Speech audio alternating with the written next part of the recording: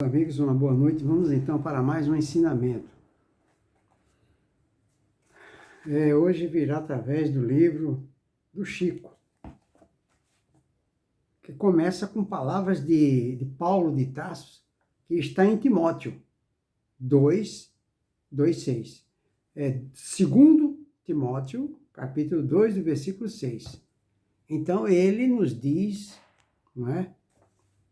Lá ele diz assim: o lavrador que trabalha deve ser o primeiro a gozar dos frutos. O trabalhador que trabalha deve ser o primeiro a gozar dos frutos.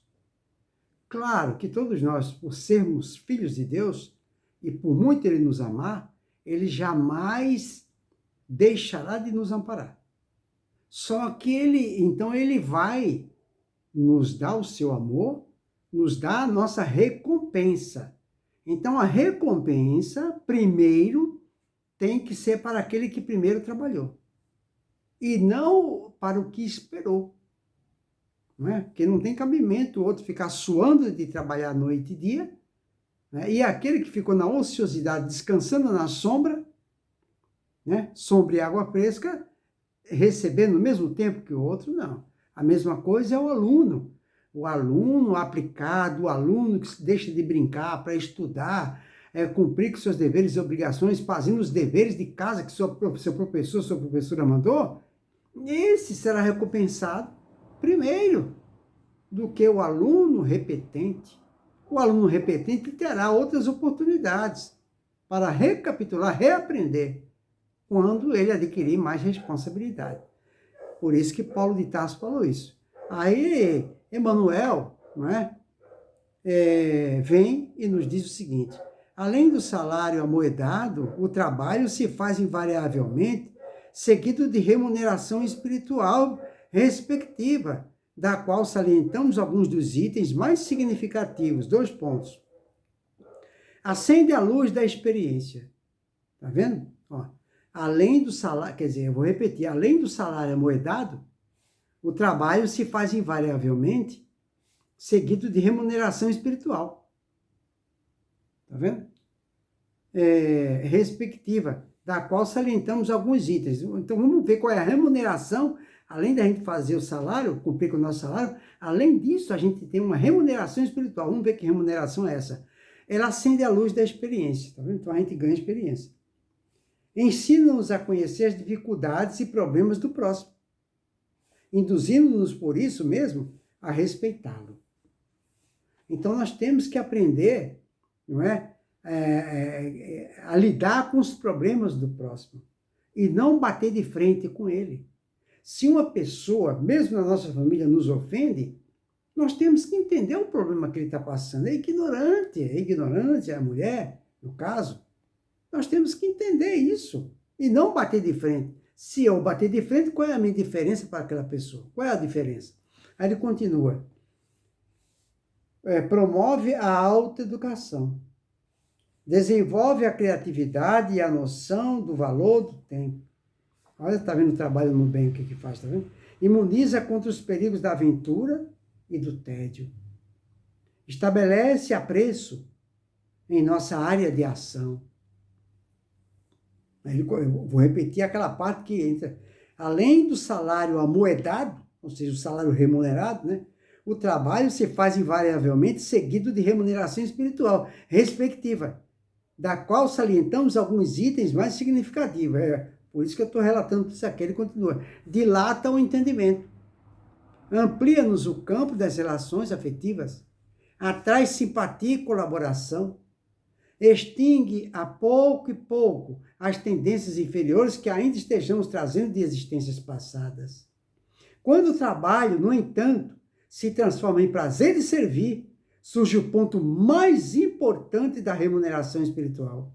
Toda vez que a justiça divina nos procura num endereço exato para a execução das sentenças que lavramos contra nós próprios, segundo as leis de causa e efeito, se nos encontra em serviço ao próximo, manda a divina misericórdia que a execução seja suspensa por tempo indeterminado. Olha que coisa interessante, que ensinamento maravilhoso. Todos nós que estamos na Terra temos culpa do cartório. temos um passado delituoso, tenebroso, enodoado de graves deslizes. E estamos aqui para que, através da misericórdia de Deus, quando nos concedeu as provas e expiações, foi justamente para expurgar do nosso perispírito essas impurezas decorrentes das infrações que cometemos nas leis divinas em outra existência. Bom, aí o que acontece? Então nós estamos aqui saldando essas dívidas, mas, não é? A lei divina, quando ela vem nos visitar através de nossa própria consciência, cobrando reparação, fazendo a cobrança se nós estamos saldando as dívidas, se nos encontra trabalhando no bem, na renúncia, na paciência, na tolerância e no perdão, olha o que acontece, vou repetir. Quando o trabalho, no entanto, se transforma em prazer de servir, então, se nós, no trabalho, nós temos o prazer de servir aos que sofrem, surge o ponto mais importante da remuneração espiritual. Aí ele fala, toda vez que a justiça divina nos procura no endereço exato para a execução das sentenças que lavramos contra nós mesmos, então quando a justiça divina vem, não é? Para executar as sentenças que nós lavramos contra nós mesmos, né? Segundo as leis de causa e efeito, não é Deus que está pedindo, mas é a lei de causa e efeito, se nos encontra em serviço ao próximo, manda a lei de misericórdia que a execução seja suspensa por tempo indeterminado.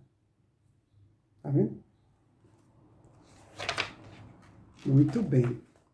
E quando ocorre em momento oportuno o nosso contato indispensável com os mecanismos da justiça terrena, eis que a influência de todos aqueles a quem, porventura, tenhamos prestado algum benefício, aparece em nosso auxílio, já que semelhantes companheiros se convertem espontaneamente em advogados naturais de nossa causa, amenizando as penalidades em que estejamos em curso ou suprimindo-as de todo, se já tivermos resgatado em amor aquilo que deveríamos em provação ou sofrimento, para a retificação e tranquilidade em nós mesmos. Para terminar, ele fala, reflitamos nisso e concluamos que trabalhar e servir em qualquer parte ser-nos-ão sempre apoio constante e promoção à nossa vida melhor. É verdade. Então, nós temos que seguir o exemplo de Jesus, porque Jesus falou, eu não vim para ser servido, eu vim para servir. E nós? Todos nós que estamos aqui na Terra, nós temos a obrigação e o dever de ter atividade no bem.